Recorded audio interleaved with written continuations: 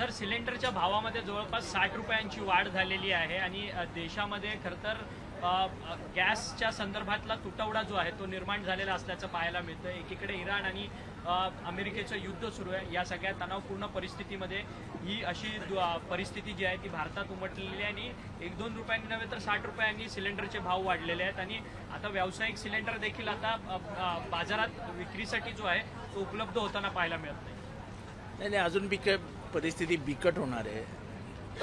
कारण का तेलाचा भारतावरती जे अमेरिकेने निर्बंध घातलेत त्याच्याने भारताची परिस्थिती अजून खराब. सर्वात वाईट या गोष्टीचं वाटतं की अमेरिकेचा एक मंत्री पत्रकार परिषदेमध्ये असं जाहीर करतो की आम्ही भारताला 1 महिना तुम्ही रशियाकडनं तेल घेऊ शकता अशी परमिशन दिली, परवानगी दिली आहे. अरे भारताने काय अमेरिकेचं मांडलिकत्व स्वीकारलंय? आश्रित देश आहे. अरे स्वतंत्र भारत आहे. मला आजही आठवतं आणि इतिहास जो काही वाचला आहे की पाकिस्तान आणि भारताच्या दरम्यान जेव्हा तणावग्रस्त परिस्थिती 1971 साली निर्माण झाली आणि जेव्हा निक्सननी रिचर्ड निक्सन जेव्हा अध्यक्ष होते आणि हेनरी किसिंजर जेव्हा परराष्ट्र सचिव आणि मंत्री होते तेव्हा त्यांनी जेव्हा मध्यस्थी करण्याचा प्रयत्न केला आणि भारताला काही आदेश देण्याचा प्रयत्न केला तेव्हा इंदिरा गांधींनी त्यांना सुनावलं होतं की भारत हा माझा स्वतंत्र देश आहे. त्या स्वतंत्र देशाचं मी प्रतिनिधित्व करते. लोकांमधनं निवडून आले तेव्हा अमेरिकेने आमच्यात मध्यस्थी करण्याचा आणि आम्हाला संदेश देण्याचे प्रयत्न करू नये. युद्ध जेव्हा मध्यभागी आलं आणि पाकिस्तानवरती अडचणी सुरू झाल्या तेव्हा अमेरिकेने युद्धनौका पाठवली. तेव्हा इंदिरा गांधींनी निरोप पाठवला आम्ही काही कोणाला घाबरवणार नाही, युद्ध थांबणार नाही आणि पाकिस्तानचे 2 तुकडे करूनच इंदिरा गांधी शांत बसल्या. इथे तर अमेरिका खूप सरळ सरळ सांगते की 1 महिन्याची परवानगी दिली आम्ही भारताला तेल विकत घेण्याची रशियाकडून. हे असल्या परिस्थितीमध्ये भारताचं वाटोळ होईल. इराणाने अमेरिकेला राहायला बाजूला, रशिया राहायला बाजूला, चायना राहायला बाजूला, पण भारतीय लोकांना ह्याचे भोग भोगावे लागतील अशी परिस्थिती निर्माण झाली आहे. परंतु अशा पद्धतीने देश दबावाखाली काम करतोय का अशा पद्धतीचा देखील प्रश्न उपस्थित होतो. आहे ना, देश दबावाखालीच काम करतोय. जेव्हा एक मंत्री म्हणतो की आम्ही 1 महिन्याची परमिशन दिली आहे भारताला तेव्हा 1 महिन्याची परमिशन अमेरिका देणार भारताला हा प्रत्येक भारतीयाचा अपमान आहे. अरे काय भारत तो काय अमेरिका आमचा बाप आहे काय? आमचे बाप आम्हीच. We are our own masters. America cannot rule India. America cannot tell की यू हॅव ओनली 1 मंथ. अरे कोण आहेत तुम्ही? पण भारताचं परराष्ट्र धोरण या सगळ्या संदर्भात आपलं परराष्ट्र धोरण मारच खात आहे ना.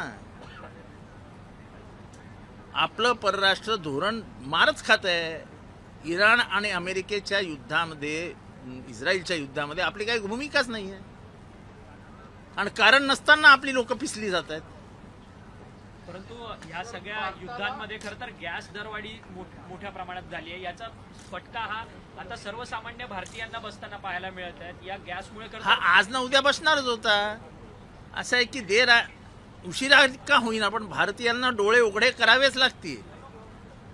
बंद डोळ्यांनी सगळं बघून नाही ना सगळं छान छान चालू आहे, सगळं छान छान चालू आहे, तसं नसतं. अमेरिकेची मुजोरी, इस्रायलची मुजोरी आपण का सहन करतोय हा आज ना उद्या सर्वसामान्य भारतीयांना प्रश्न पडेलच. आम्हाला आज पडतोय, कालांतराने सर्वांना पडेल. सर मगाशी तुम्ही भारत अमेरिकेचं उदाहरण दिलात, इंदिरा गांधींनी कशा प्रकारची भूमिका घेतली, पण आता भारताला रशियाकडून तेल खरेदी करण्यासाठी अमेरिकेची परवानगी घ्यावी लागते. मग हेच तर फरक सांगतो ना. नेतृत्व हे जेव्हा एखाद्या देशाच्या नेत्याचं मांडलिकत्व स्वीकारतं. ट्रम्प काय वाटेल ते बोलतो. ट्रम्प कोण आहे? ट्रम्प काय आपला बाप आहे काय?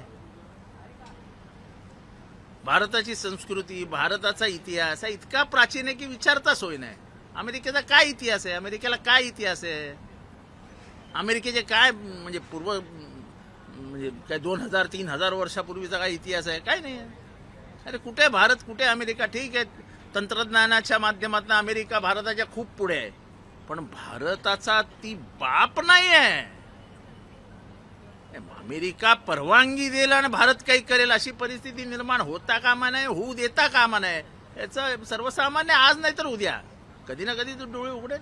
नरेंद्र मोदी इस्रायलला जाऊन इस्रायल फार माहिती भारत आई आहे तर इस्रायल फार आता ते फादरलँड त्यांचं बोललेत इस्रायलला. ते त्यांचं जे काय मत आहे. पण इस्रायलला जेव्हा जमीन देण्याची वेळ आली तेव्हा ह्या जगातला पहिला माणूस होता ज्याने इस्रायलला 1 इंचही जमीन देऊ नका असं सांगणारा. त्याचं नाव होतं मोहनदास करमचंद गांधी.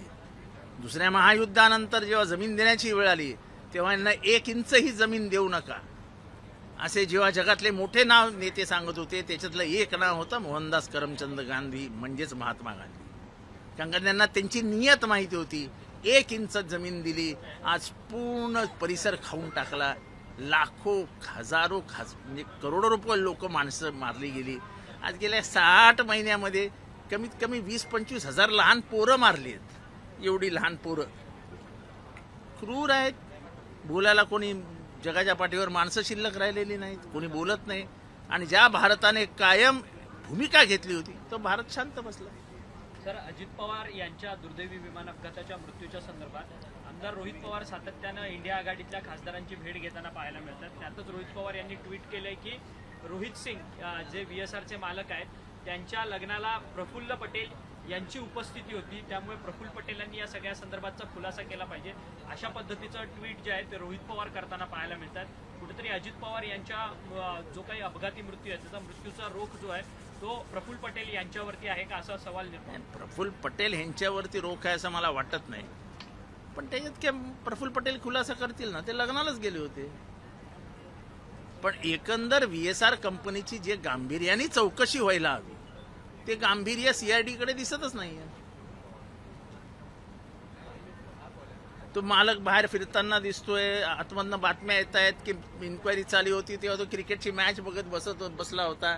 अशा प्रकाराने जर चौकशी होणार असेल तर मजा आहे. परंतु याच VK सिंगने या सगळ्या CIDच्या जबाबात असं देखील मत नोंदवलंय की जो काही सुमित कपूर जो पायलट आहे त्याची तो प्राथमिक दोषी आणि त्याची चुकी आहे म्हणून तो दोषी. आता तो दोषी आहे तर मग मालक दोषी नाही का? हे किती सोपं आहे. सुमित सिंग गेला त्याच्या चुकीमुळे दादा गेले, त्याची चुकी आहे. माझं काय? अरे विमान तुझं, विमानाचा मालक तू, कोणाला नोकरीवर ठेवायचं ठरवणार तू, तपासण्या तू करणार, सगळं तुझ्या सहीने सही होणार. आणि बेशरम सारखा सांगतो की सुमित सिंगची चुकी आहे. अरे आमचा एक माणूस गमावला ना त्याच्यात. हा जो मुजोरी आहे, ही जी मुजोरी आहे ती तोडायची आहे. या सगळ्या प्रकरणामध्ये, या अजित पवारांच्या मृत्यूच्या प्रकरणामध्ये जेवढे कोणी चौकशीच्या फेऱ्यामध्ये आले त्या सगळ्यांची नार्को टेस्ट होणं गरजेचं आहे का? कारण की त्यामुळे सत्य तरी या हे बघा, तुम्ही काय नार्को टेस्ट करा नाही तर काही करा, ह्याच्यातनं काही फार उघड होईल असं मला अजिबात वाटत नाही. जय पवार यांनी रोहित सिंगचा विमानामध्ये कॉकपिटवरती झोपतानाचा एक व्हिडिओ टाकलेला होता. त्याच्यानंतर आज रोहित सिंगच्या संदर्भात जय पवार पत्रकार परिषद घेणार होते, परंतु त्यांची पत्रकार परिषद रद्द झालेली आहे काही कारणास्तव. पवार कुटुंबियांवरती दबाव आहे का काही कोणत्या गोष्टीचा? ते मला माहित नाही काय झालंय, काय पत्रकार परिषद वगैरे काय रद्द झाली त्याच्याबद्दल काय मला माहित नाही. पण एकंदरीतच या प्रकरणातनं काही फार मोठं गुपित बाहेर पाडतील, फार मोठी इन्क्वायरी होईल, फार चौकशा होतील याबाबत मी साशंक आहे, किंबहुना मला वाटतच नाही.